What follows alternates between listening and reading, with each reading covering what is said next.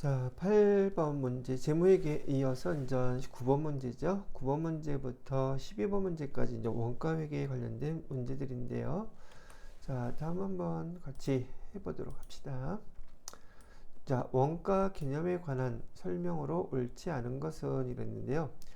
관련 범위 밖에서 총 고정원가는 일정하다. 여러분 마찬가지로 이 문제를 풀기 위해서는 기본적으로 여기 그 원가에 대한 그 내용 두 가지를 알고서 풀어보셔야 된다는 거죠. 이런 지식이 있어야지 이 문제를 푸는데 도움이 된다는 얘기예요. 자, 지금 여기 밑에 그래프는요, 원가의 분류, 원가 여러분이 공부를 갖다 하시게 되면 제일 먼저 나오는 파트가 원가에 대한 개념들에 대한 얘기들이 많이 나오고 용어들이 많이 나온단 말이죠. 그 원가 용어들이 처음 배우실 때 되게 많이 낯설기 때문에 어렵다고 생각하시는 분들이 꽤 많으시더라고요. 근데 원가는 여러분들이 앞으로 회계 1급, 세무 2급, 세무 1급 통틀어서 이론 문제에선 난이도가 거의 비슷하기 때문에 여러분들이 점수를 따기 아주 좋은 과목이에요.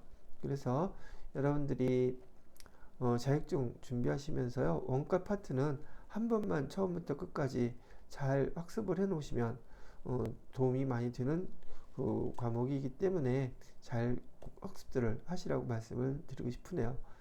그 중에서도 처음에 시작하는 여기 첫 번째, 두 번째 강의가 용어들이 많이 설명이 되고 있는데 그 용어들을, 원가에 대한 용어들을 먼저 잘 익히셔야지 돼요.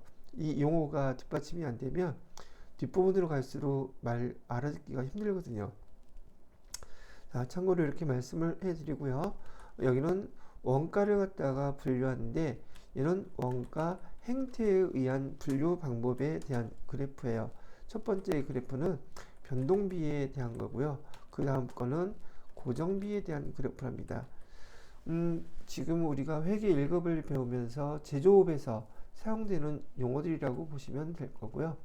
제조업에서 사용하는 변동비, 고정비가 어떤 내용이 있으며 어떤 특징이 있는지를 갖다가 이해하셔야 한다는 얘기가 된다는 얘기죠.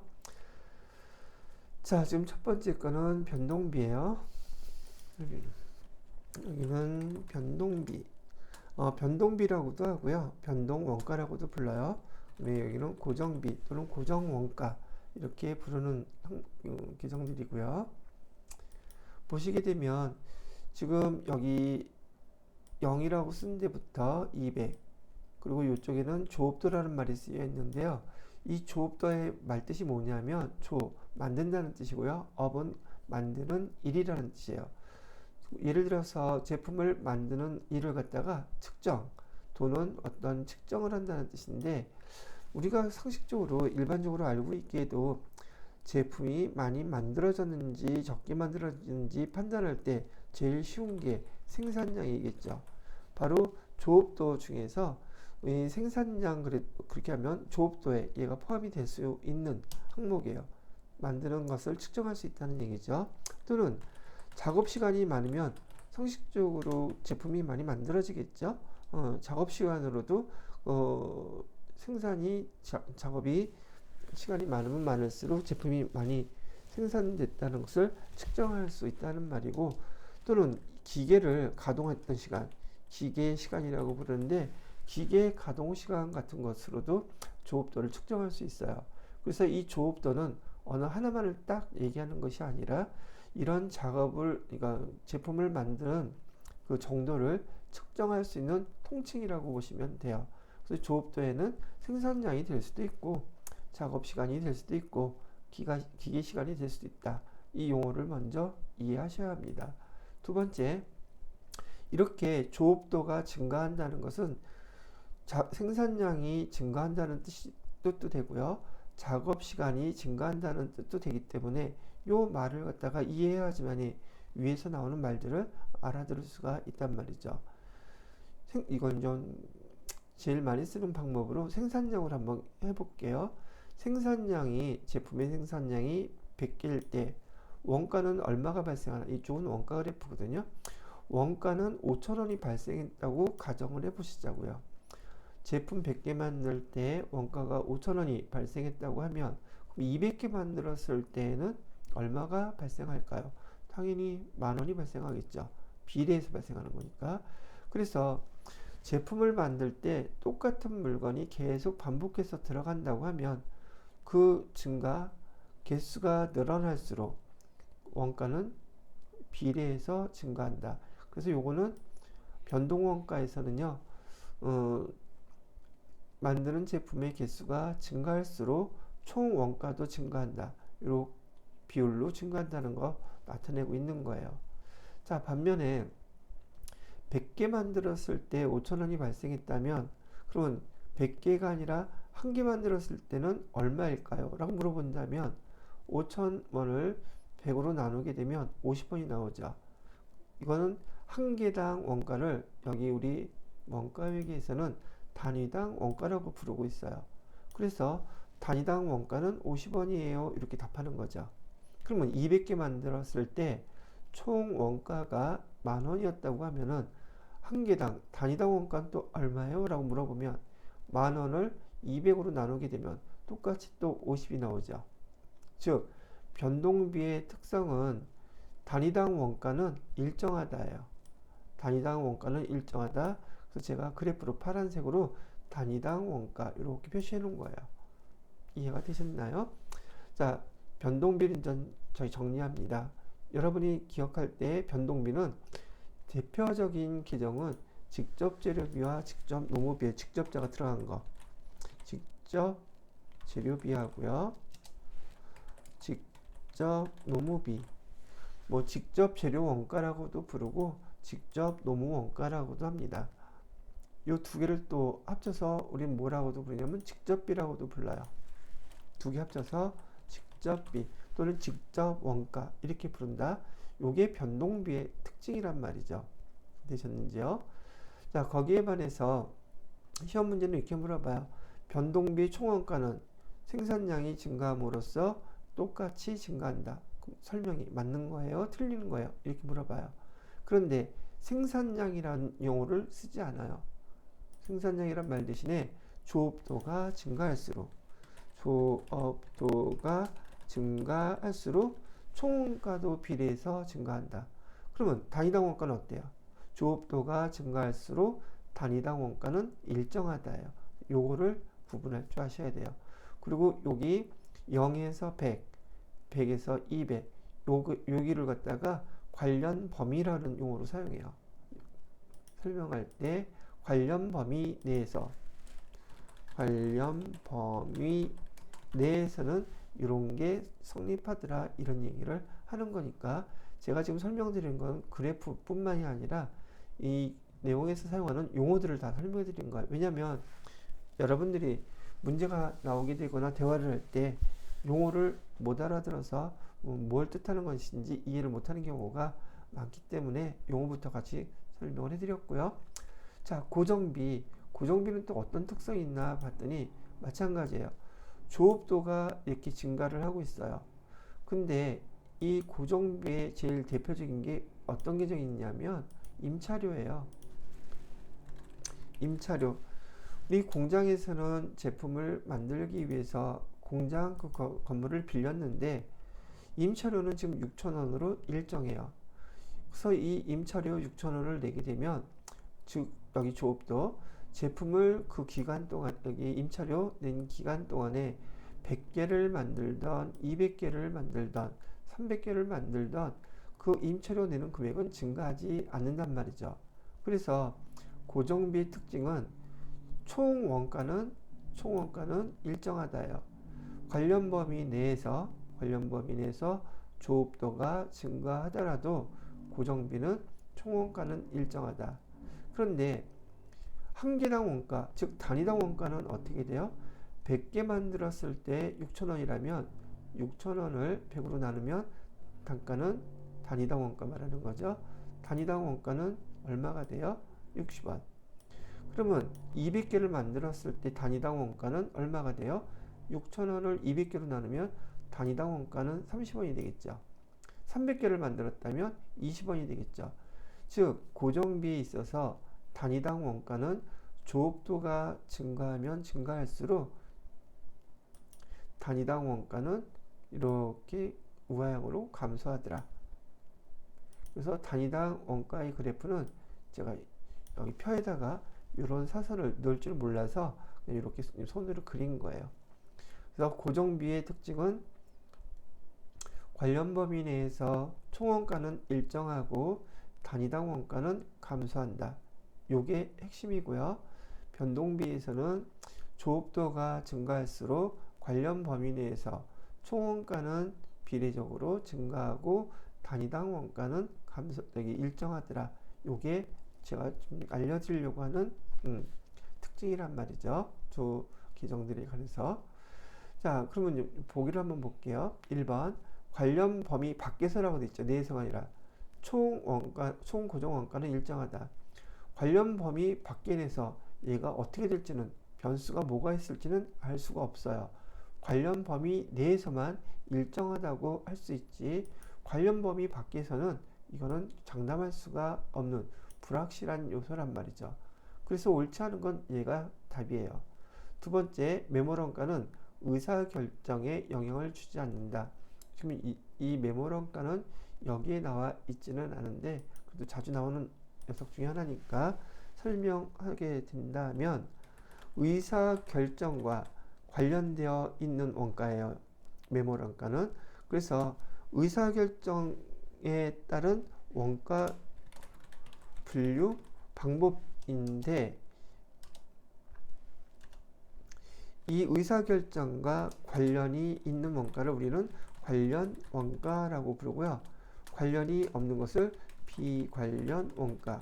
이렇게 뭐 당연히 그렇겠죠. 의사결정과 관련이 있는 것은 관련 원가, 의사결정과 관련이 없는 것은 비관련 원가 이렇게 구분을 해요.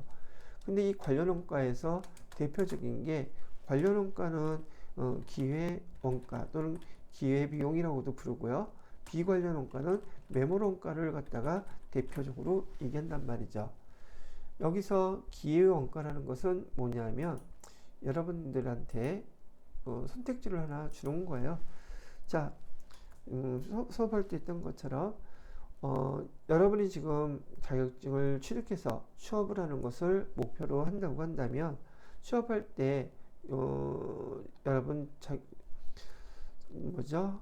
이력서하고 등등 보냈어요. 그랬더니 그쪽에서 여러분의 이력서를 보고 오케이 우리 회사에 와서 일을 해주세요 그랬는데 이 회사에서는 여러분들한테 월급 400만 원을 제시했어요. 또 다른 회사는 300만 원, 또 다른 회사에서는 200만 원. 여러분들이 자격증도 있고 업무를 충분히 이행할 수 있다는 그런 확신이 있어서 새 회사에다가 원서를 지원했는데 새 회사다 여러분들한테 콜했단 말이죠. 자, 그런데 여기 400만 원을 주겠다고 한 회사를 가만히 보니까 우선 여러분 집에서 뒤따 멀어. 두 번째, 그 다음에 회사에서의 업무 환경이 좀 열악해. 그런데 월급은 400을 주겠대요. 또 두 번째, 300을 준다는 회사는 회사에서 집에서 거리는 되게 먼데 업무 환경은 그래도 좋아요. 단점은 집에서 되게 멀다는 거예요. 그래서 300만 원. 그 다음에 200만 원은 회사에서 가깝기도 하고 근무 환경도 좋아. 자, 이렇게 세 가지가 여러분들한테 주어졌을 때 여러분은 어떤 것을 선택하겠습니까? 400얘를 그럼에도 불구하고 월급 많은 거를 선택할 분도 있을 것이고 약간 적더라도 근무 환경은 좋았으면 좋겠다. 이걸 선택할 수 있는 분도 있을 것이고 난 다 소용없어. 이게 제일 좋아. 이게 항상 월급이 많다고 400만 원만 선택하는 분도 없을 것이고 그 다음에 200만 원만 선택하는 것도 일괄적이지 않아요. 사람의 그 생각마다 환경마다 다르기 때문이죠. 이렇게 만약에 여러분이 400만 원을 선택을 했더라면 이거를 초이스 했다면 희생되는 원가는 뭐가 있어요? 300, 200 얘네들은 소용이 없어지죠. 그죠? 이 두 개의 희생되는 원가 중에서 큰 금액을 우리는 기회원가라고 불러요. 근데 다른 분은 만약에 나는 300을 선택할래요 했다 그러면 얘가 두 개가 희생이 되죠. 그 중에서 큰 금액. 이런 경우에는 이 금액이 기회원가가 될 것이고요. 이해가 되셨나요? 기회원가라는 것은 내가 선택하고 희생되는 금액 중에서 제일 큰 금액을 기회원가다, 기회비용이다 이렇게 부르는 거예요. 자, 거기에 반해서 매몰원가는요. 우리가 승용차를 갖고 있는데 승용차를 갖다가 1,000만 원 주고 샀어요. 근데 감가상각을 해가지고 지금 얘가 400만 원 감가상각이 됐단 말이죠.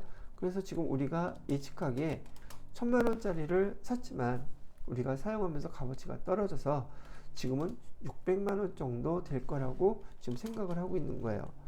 근데 얘를 갖다가 좀 수리해서 팔면 700만 원을 내가 주고 팔 수 있대요.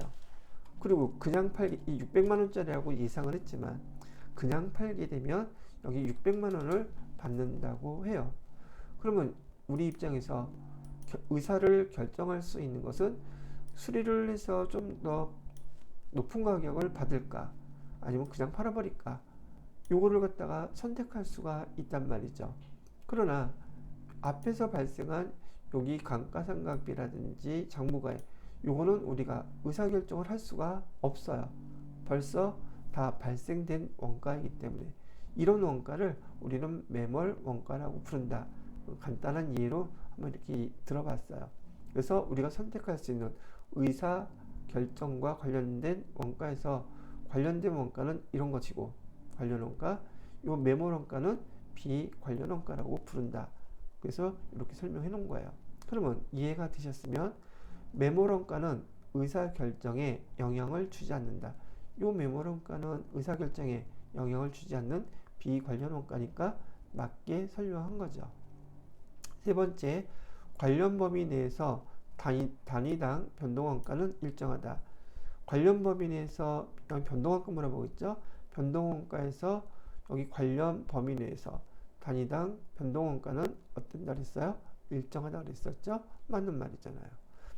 그 다음에 네 번째, 관련 원가는 대안 간의 차이가 나는 미래 원가라서 관련 원가는 내가 어떤 걸 선택하느냐에 따라서 미래 금액이 영향이 미치겠죠. 의사결정에 당연히 영향을 준다. 맞는 말이잖아요. 그죠? 그래서 이 문제 하나를 갖고서도 여러분이 알아야 될 지식들이 연결적으로 이렇게 나와 있어요. 혹시 여러분이 제가 지금 원가 계산 설명해 드리는 거 들어보시면서 요거 자세히 한번 들어볼 필요가 있겠다 하신 분들은 원가 계산 공부 제대로 잘 해두시면 그만한 빛을 발할 거예요. 회계 1급 뿐만이 아니라 그랬죠. 세무 2급 때 더 중요해요. 왜 그러냐 하면 전산세무 2급에서는 재무회계 문제가 회계 1급에서는 8문제죠. 근데 세무 2급에서는 5문제로 줄어들어요. 그 다음에 원가 회계 문제가 여기서는 4문제지만 세무 2급에서는 5문제 똑같아져요. 그렇기 때문에요. 난이도는 회계 1급이나 세무 2급이 원가 계산 문제가 크게 차이가 나지는 않습니다. 근데 재무회계는 문제가 차이가 많이 나요. 그래서 여기 재무회계는 세무 2급에서 두세 문제 맞추면 그래도 선방한 거라고 보는 거죠. 2문제에서 3문제 정도. 근데 여기 세무 2급에서 원가회계 문제는 5문제, 즉 조금 잘못했다 그러면 4문제, 5문제 다 맞출 수가 있더란 말이죠. 그래서 원가 계산 문제는 재무회계보다도 비중을 좀 높게 해서 세무 2급까지 준비하시는 분은 미리 회계 1급 때 차근차근 잘 학습을 해 놓으시면 될 것 같고 회계 1급에 제가 자세히 설명을 해 놨으니까 참고해서 복습을 해 주시면 좋을 것 같아요. 자, 그 다음에 10번 문제 보도록 하겠습니다. 자, 10번 문제는 뭔가 봤더니 제조원가 명세서에서 제공되는 정보가 아닌 거 물어보고 있어요. 얘도 마찬가지로 원가회계 공부하실 때 초반에 나오는 용어 문제들이기도 한데요. 우리가 원가회계의 흐름은 원재료, 제품을 지금 만드는 과정에 있다고 생각해 보세요. 제품이 만들어질 때 처음에는 원재료부터 시작을 하겠죠. 그럼 제품을 만들기 위해서 원재료가 투입될 것이고요. 원재료가 이렇게 투입되게 되면 우리 회계에서는 기록할 때 얘를 제품이 만들어지는 과정에 있는 것이라고 해서 제공품이라고 불러요. 이 제품이 만들어지는 과정에 있다가 완성이 되면 제품이 이렇게 되는 거예요. 그리고 우리가 앞에서 재무회계에서 개정 배웠던 것처럼 원재료, 제공품, 제품 다 재고자산 계정이란 말이죠. 그래서 얘를 계산할 때 어떻게 계산하냐면 아주 시험 문제 출제에 기본적으로 많이 나오는 항목들이에요. 원재료는 재고자산이니까 재고자산은요 상품 규정하고 똑같게 기초재고도 있고 재고자산이 공통이에요. 기말재고가 있어요. 제공품도 재고자산이니까 기초제공품이 있고 기말제공품이 있어요. 제품도 기초재고, 기말재고, 기초기말이 다 있다는 게 공통이에요. 근데 원재료는 우리가 상품 규정 배울 때 상품 규정하고 똑같아요. 계산하는 방식이 원재료 기초재고액에다가 당기 매입액 더해주고 기말 재고액 빼주면 이 원재료가 다 사용된 거예요. 그래서 그 용어를 원가회계에서는 사용액이라고도 부르고 투입액이라고도 부르고 소모액이라고도 불러요. 어떤 용어를 쓰든 간에 원재료가 제품을 만들기 위해서 투입됐다는 것은 변함이 없단 말이죠. 이 사용액이라든지 투입액, 소모액이 제공품 계정에 어디로 가게 되느냐면 여기 기초 제공품, 이건 전년도에 만들다가 만 거, 그거니까 여기 직접 재료비 여기에 해당되는 금액으로 간단 말이죠. 여기에 해당되는 거예요.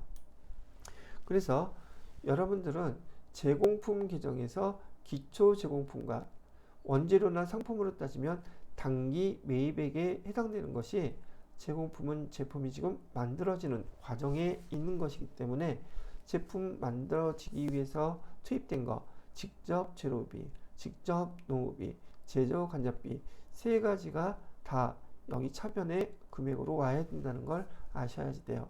또 하나, 우리가 원가를 짓게 할 때 직접 재료비, 직접 농업비, 제조 간접비 세 개만 계산하면은 원가를 계산할 수 있다고 그랬었어요.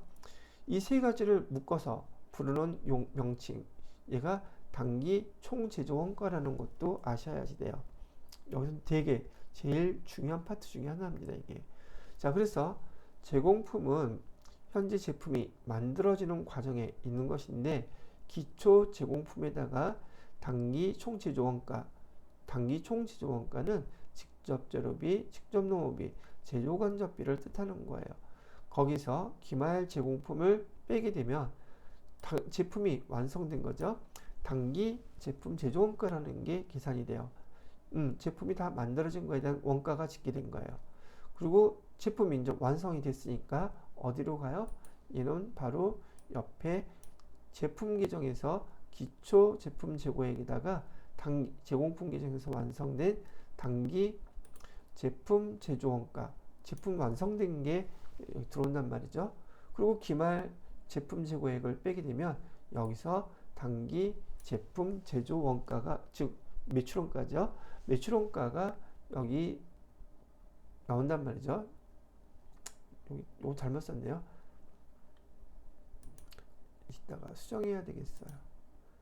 제조원가가 아니라 매출원가.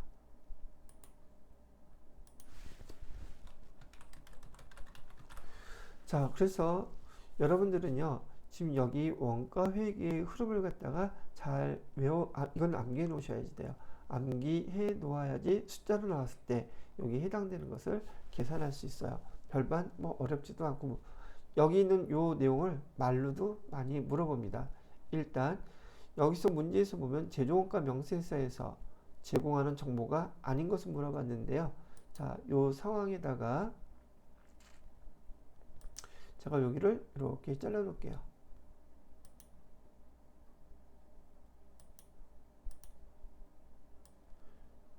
이렇게 잘라 놓고요.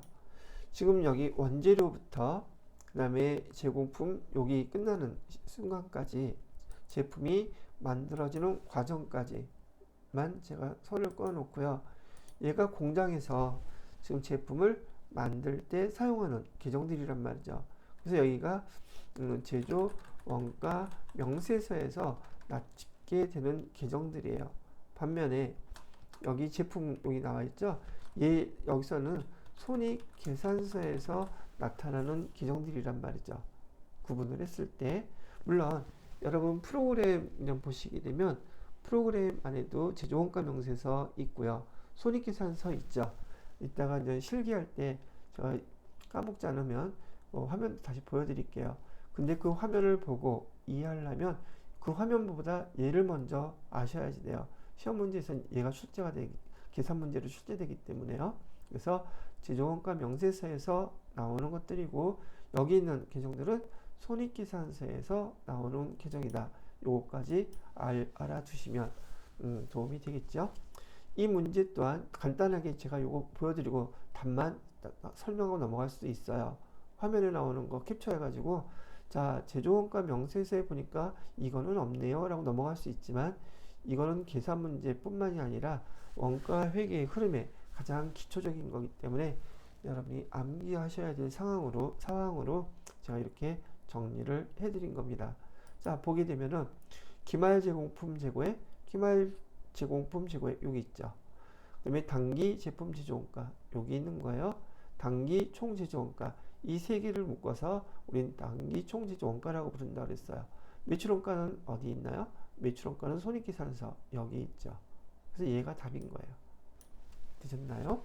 이렇게 기억을 꼭 해두시기 바랍니다. 이건 바로 수정해야겠네요.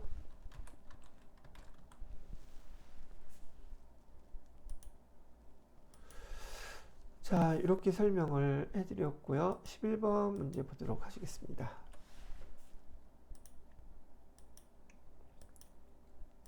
자, 11번 문제는 다음 중 보조 부문 원가의 배부 기준으로 적합하지 않은 것은 제조업에서는 목적이요. 원가를 짓게 하는 목적은 제품 하나당 만들어진 제품 하나당 원가가 얼마인지를 알고 싶은 거예요.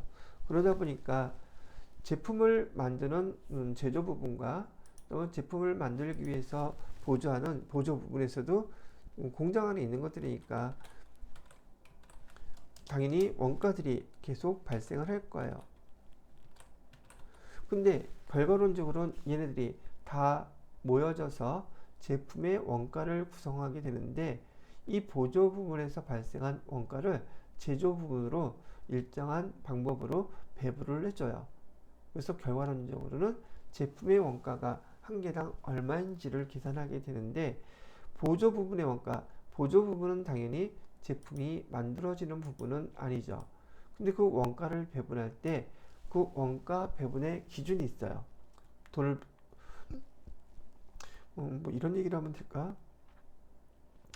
여기 자녀가 3명 있는데 나이가 고등학생, 중학생, 초등학생이라고 하면 세뱃돈을 갖다가 보편적으로 똑같은 세뱃돈을 줘야 될까? 아니면 기준에 맞게 우리는 보통 나이, 학년 기준으로 많이 그 돈을 나눠주는 것 같아요. 그런 개념처럼 지금 원가를 배부할 때도 그 원가를 배부하는 배부 기준, 그 기준이 다 있단 말이죠. 어떤 게 더 낫겠느냐 물어보는 거예요. 그 원가 배부 기준은요, 세뱃돈하고 똑같이 인과관계 기준이 있어야 돼요. 똑같이 준다면 그렇다 치겠지만 반발이 있을 수 있잖아요. 그래서 원가를 배부할 때에도 인과관계가 꼭 있어야지 된다 이런 얘기를 하는 거예요. 하나만 여기서 예를 들어 볼게요. 보조부분비에서 동력 부분, 즉 동력을 발생시켜 주는 부분이 그 공장의 여러 부분으로 전기를 등등하고 그 발생한 원가는 저기 동력 부분에서 감당을 해야 될 거란 말이죠. 근데 이렇게 배부할 때 얘를 어떤 기준으로 배부하는 게 합리적이고 도움이 되겠느냐 이런 얘기를 하는 거란 말이죠.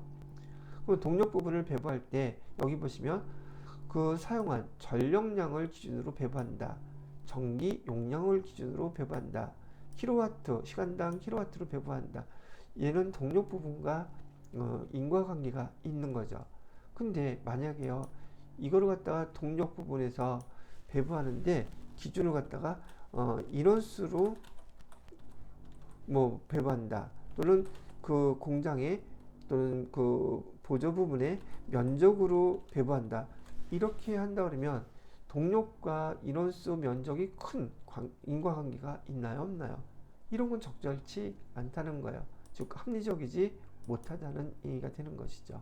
그래서 이 파트에서는 지금 이렇게 원가를 배분할 때 원가 배분의 기준이 어떤 게 있는지 이것도 시험 문제 잘 나와요. 그래서 기준 설명해 드리고 보조부 분비를 어떤 기준으로 배부하는 것이 합리적인 건지 여러분이 복습할 수 있도록 이렇게 써놨어요. 자, 원가 배부 기준은 인과관계가 있어야 되고요. 그다음에 부담 능력 기준이 돼야 돼요. 예를 들어서 동력 유지 부분에 100이 나왔는데 얘가 지금 다른 데 배부하면서 자기네 총 원가는 지금 50원밖에 안 나왔는데 60원을 배부한다면 부담 능력이 안 되겠죠. 뭐 그런 거 얘기하는 거예요. 수혜를 많이 받은 곳에 많이 배부한다. 수혜 기준이에요. 그 다음에 원가 배분할 때에는 공정성과 형평성이 있어야 된다. 미우니까 많이 하고 적으니까 뭐 하고 이렇게 하면 안 된다는 얘기죠. 뭐 이게 꼭 모르겠어요. 우리 사는데도 이런 기준을 갖고 형평성 있게 하는 곳도 있고 아닌 곳도 있고, 그런데 보편적으로는 우리는 이런 걸 지키려고 하겠죠. 자, 그래서 원가 배부 기준 4가지 기억을 해주세요. 제일 중요한 건 인과관계가 있는 관계에서 배분을 해줘야 된다. 부담 능력 기준, 수혜 기준, 공정성과 형평성 기준으로 원가 배분을 해야 한다는 거 참고를 받으시고요. 보조 부문비를 배부 기준으로 이런 것이 맞다. 그럼 이런 걸 바탕으로 해서 여러분이 문제를 풀어봤을 때 여기 건물 관리 부분은 점유 면적 부분을 한다. 뭐 그럴 수 있겠죠. 건물이나 거기 점유 면적에 따라서 비용을 원가를 배분해 준다. 인과관계가 있어 보이죠. 공장의 인사 부분, 인사는 우리 사람들에 대한 거죠. 급여 총액을 기준으로 배부한다. 이건 좀 그렇네요. 모든 그 공장의 직원들의 월급이 똑같다 그러면 문제가 안 되겠지만, 어떤 사람은 한 달에 500만 원 받고 어떤 사람은 똑같이 한 사람인데 200만 원 받고, 근데 그 급여 총액 기준으로 원가를 배분한다 그러면 그건 좀 말이 안 맞죠. 여기 같은 경우는 뭘로 해야 되겠어요? 급여가 아니라 한 사람당 동등할 수 있다 그러면 종업원 수, 인원수 갖고서는 배부한다 그러면 급여가 많거나 적거나 그거하고는 상관이 없겠죠. 그래서 여기 두 번째가 배부 기준으로는 적합하지 않아 보이고요. 전력 부분은 아까 전력 사용량 여기 있었고, 수선 부분은 수선은 횟수 많이 했는데 많이 원가 배분하고 적게 한 데는 적게 배분하고 맞겠죠. 11번에 해당되는 답은 2번이 되겠습니다. 자, 이렇게 설명하고 그 다음에 12번 넘어가 볼게요. 다음 자료를 토대로 선입선출법에 의한 직접 재료 원가와 그다음에 가공 원가의 완성품 환산량을 각각 계산하면 얼마인가요? 라고 물어보고 있는데, 얘는 종합원가 계산에서 나오는 문제 형태고, 종합원가 계산은 뭐죠? 동종 품목들, 유사 품목이라든지 동종 품목에 대량 연속 생산되는 그런 품목일 때, 제품일 때 사용하는 계산 방법이에요. 종합원가 계산을 할 때는 여기 보시게 되면 제공품이라는 말 뜻은 아까 제품이 만들어지는 과정에 있는 거라고 했었죠. 그래서 여러분들이 이 종합원가 계산에서의 가장 중요한 핵심 과제, 중요한 내용이 뭐냐면 바로 요 완성품 환산량을 계산하는 게 가장 중요한 내용이에요. 종합원가 계산에서는. 그래서 완성품 환산량 계산하는 문제가 보편적으로 종합원가 계산에서 계산 문제로 제일 많이 출제가 되기는 하는 것이긴 한데, 제가 지금 설명하는 방법만 잘 익혀 놓으시면 이 방법은 사실상 되게 간단한 방법인데 여러분들이 원가 계산 자체를 무지무지 두려워해서 괜히 어렵게 느끼시는 경우가 많아요. 자, 여러분은 그 총계정원장 아시죠? 제공품이라는 계정의 기초재고, 단기 착수수량, 차변과 대변은 항상 일치해야 한다는 거 아시죠? 똑같은 거예요. 그래서 기초에 옆에 퍼센테이지는 말고요. 기초에 5,000개가 있었고요. 제품이 만들어지기 작년에 또는 전월에 만들어지다가 아직 다 완성되지 않았던 거 기초에 5,000개 있었고, 단기 이건 연간으로 기루한 거니까 연간으로 해야 되겠네요. 단기에 그 제품을 만들기 위해서 착수한 게 35,000개가 있대요. 그러면 제품을 만들기 위해서 투입된 건 총 4만 개가 되겠죠. 근데 기말에 제공품이 10,000개가 있대요. 그러면 4만 개가 만들어질 수 있는 걸 투입했는데, 보통 우리 얘를 갖다가 뭐라고 부르냐면, 용어도 알아두면 되니까 투입량이라고 불러요. 그다음에 이쪽은 그 결과 나온 산출량이라고 부르는데, 4만 개가 만들어지도록 투입을 했고, 산출된 건 기말에 10,000개가 있으니 완성된 거는 3만 개다, 이런 뜻이에요. 그리고 지금 이렇게 차변의 투입량과 대변의 산출량, 이 개수를 맞춘 것을 갖다가 종합원가 계산에서는 첫 번째 물량 흐름이라고 불러요. 물량 흐름을 맞춰놓고 두 번째로는 완성품 환산량을 계산을 하는 게 여기 종합원가 계산에서의 종합원가 계산에서 매출원가와 기말지고를 계산하는 순서거든요. 총 5가지가 있는데 여기서 두 번째 거에서 시험을 제일 많이 낸다는 말이죠. 자, 그러면 여러분들은 이렇게 주어진 문제를 풀기 위해서 여기 주어진 문제를 이렇게 변형을 시키셔야 돼요. 한번 볼게요. 기초 제공품 5,000개라고 그랬어요. 완성도는 70%. 그럼 여기다가 기초 제공품 5,000개 써놓으시고 여기 70% 표시해 주는 거예요. 지금 제공품의 말뜻이 제품이 만들어지는 과정에 있다고 그랬었죠. 그럼 요거 기초 제공품 같은 경우에는 전년도에 5,000개가 만들어지는 과정 70%까지는 왔었다는 뜻이에요. 그럼 나머지 30%만 더 가면 얘는 완성이 된다는 뜻이기도 하겠죠. 그런 의미예요. 그리고 단계 착수한 수량이 35,000개라고 되어 있는데 여기서 다 주어진 거예요. 단기 착수 수량 35,000개 여기다 쓰시면 돼요.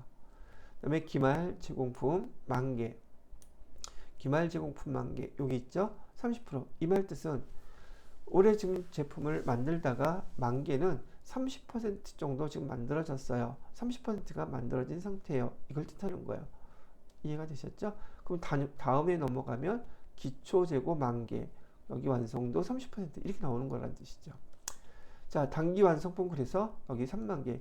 요거 맞추는 것도 시험 문제로 종종 출제가 됩니다. 보고서 다 알려줬는데 왜 이거를 못해요? 보통 얘 중에서 얘를 문제를 낸다면 기초 재고 알려주고 단기 착수 알려줍니다.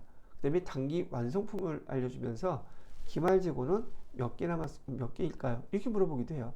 아니 이걸 누가 몰라? 그런데 이 용어를 못 알아들으면 이거는 아무리 쉬워도 그 문제는 찍을 거니까 틀릴 가능성이 엄청 높은 문제가 된다는 얘기죠. 그죠? 자, 이런 문제가 주어지면 첫 번째 뭐부터 한다? 이렇게 제공품 계정에 여기 물량 흐름을 맞춰 놓는다. 이게 첫 번째고요. 맞춰 놓고 난 다음에 이제 완성품 환산량을 계산해야지 되는데, 종합원가 계산의 특징은 연속 대량되고 뭉쳐서 덩어리로 원가 계산을 해야 되기 때문에 그 완성품으로 그 환산량을 먼저 계산을 해야지 그 다음에 원가를 계산할 수 있다는 뜻이기도 해요.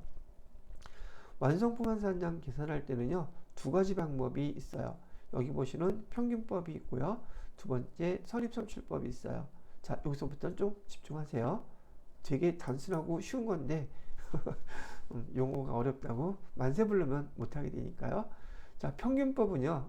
평균법은 지금 우리가 구하고자 하는 완성품 환산량은요, 종합원가 계산인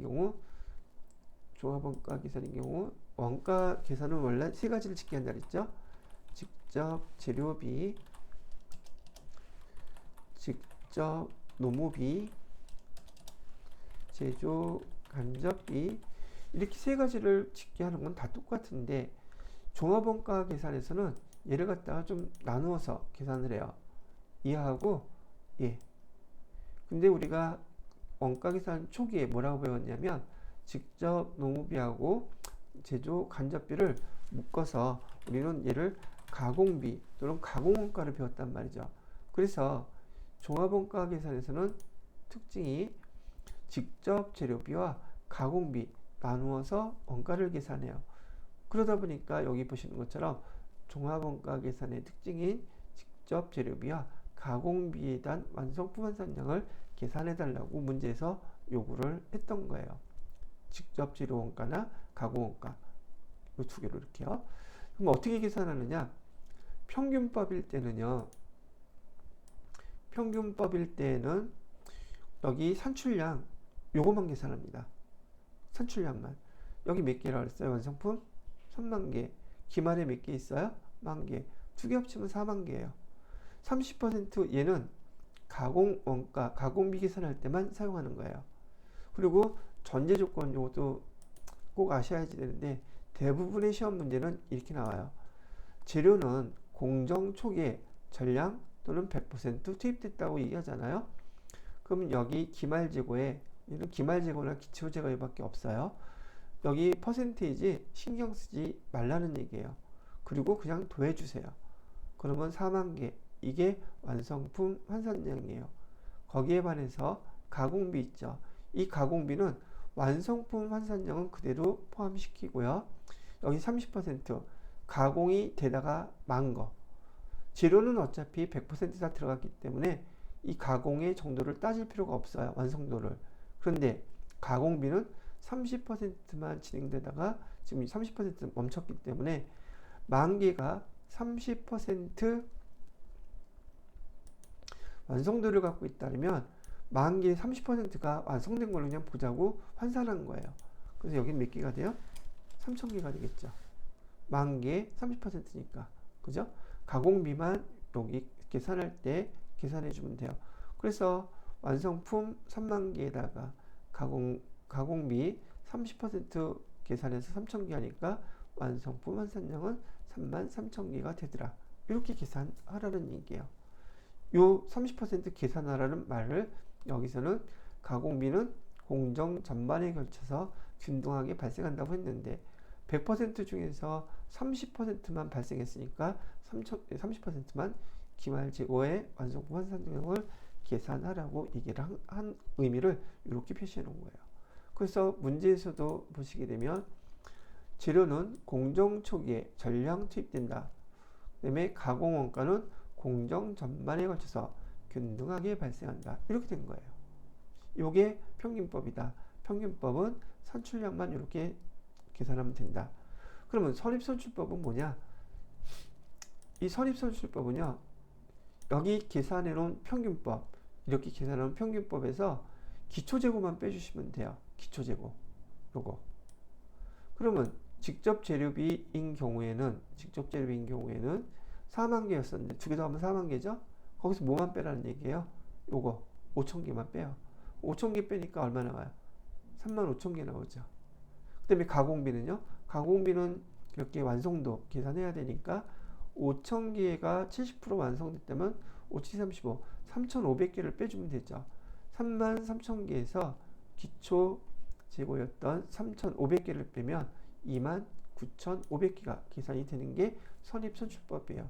즉 평균법과 선입선출법의 차이는 뭐밖에 없다? 기초재고를 빼주느냐 빼주지 않느냐 요거밖에 없는 거예요. 됐죠? 문제에서는 선입선출법을 해달라고 했어요. 직접 재료비는 몇 개 나왔어요? 35,000개. 그 다음에 가공비는 29,500개. 답은 1번이 답이네요. 이렇게 계산하라는 얘기입니다. 아주 간단하게 복습하셔서 요것만 익히시면 종합원가 계산 문제는 여러분들한테 난이도가 그렇게 많이 높게 나오지는 않아요. 이 정도면 어지간한 문제 다 맞추실 수 있는 정도 되지 않을까 싶어요. 자, 제가 보통 뭐 수업 시간에도 그런 얘기 많이 듣지만은 지금 기출문제 푸는데 너무 많은 시간이 들어가는 거 아니냐 그러는데 그건 본인들 느끼기에 나름이에요.